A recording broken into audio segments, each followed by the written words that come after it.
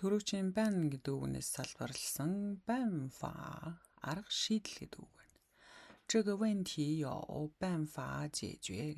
За энэ асуудалд байгаа банфа арга чарга解决шийдвэрлэх арга бол байгаа.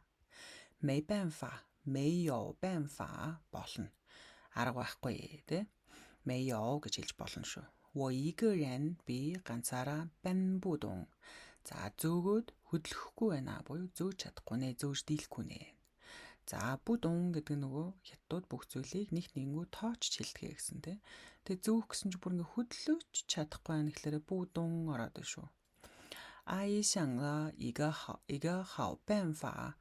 Ихч бодсон нэгэн 好办法 сайн арга чарга шийдэл. 帮我们 биднэрт туслаа 解决了 шийдвэрлэж өгсөн 那个问题нөгөө асуудалт.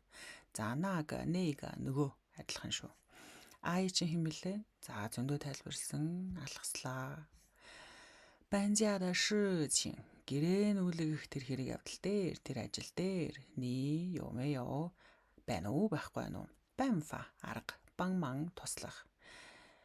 Гэр нүүлгэх асуудал дээр чи чамд туслах арга чарга байна уу байхгүй юу? Чи туслах юм уу гүм үү ингэж байна. 办法是有的，但是要大家一起想. Аргач бол байгаа л та. Гэхдээ хэрэгтэй. Буюу ирээдүйн цаг зааж байна. Бүгдээрээ ичи сян бүгдээрээ хамтдаа бодох хэрэгтэй шүү дээ. Өнөөдрийн даалгавар энэ гурван өгүүлбэр өөрсдөө хийгээрэй.